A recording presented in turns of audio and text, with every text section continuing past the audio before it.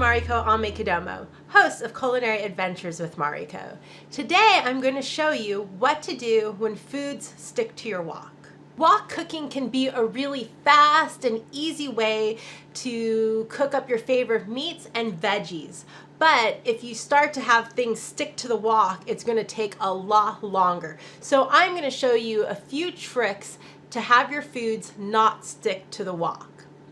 The first thing is to make sure your wok is seasoned.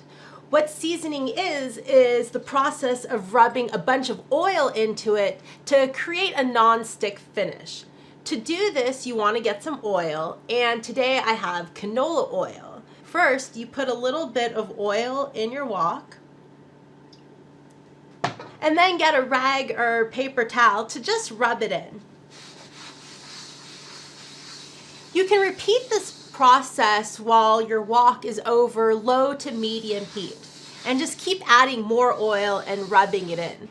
This will help your foods not stick to the wok. The other thing to help prevent your foods from sticking to the wok is to not use marinades that have sugar in it.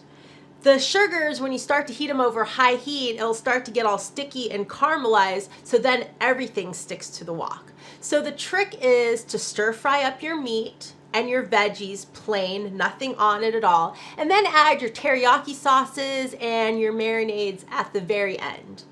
If you are using a pre-marinated meat that has some sauce in it, just try to drain off some of the marinade so there's not a lot to stick to the bottom of the pan. This is Chef Mariko Amekudomo showing you what to do when foods stick to your wok.